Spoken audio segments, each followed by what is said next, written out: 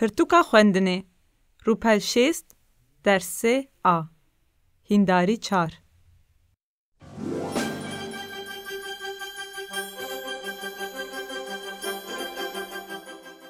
Temaşevanên rêzar ji navenda nûçeyan Aroş TV'yê êvar baş.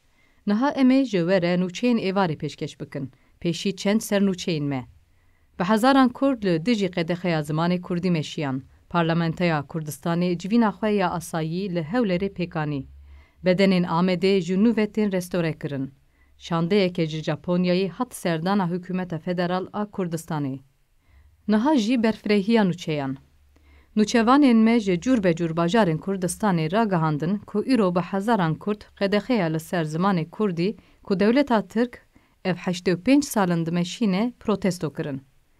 Xelkên ku li bajarên mîna Amed, Wan, Mêrdîn, Bedlîs û Mûşê tevlê protestoyan bibûn, son dixwarin ku ji vir pêde dê bi zimanê dagirkeran nepeyvin û heta dibistanên Kurdî ve nebin, zarokên xwe neşînin dibistanên biyaniyan.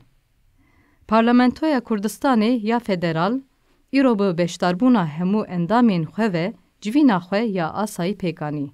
Di dawiya civînê de daxuya bû ku Kerkûk dilê Kurdistanê ye û parlamento dê destûr nede ti hêzê ku vî bajarê ji nav tixûbên Kurdistanê derxe.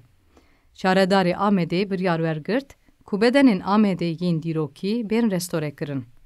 Bedenên ku ev bi sedsalan e ji bêxwedîtiyê rûxuya bûn, dê di nav vê salê de bên restore kirin û xelkên Amedê jî dê di xebatên restorasyonê de cî bigire. Temeşevanên hêja îro şandeyeke ji Japonyayê hat serdana Hikûmeta Federal a Kurdistanê.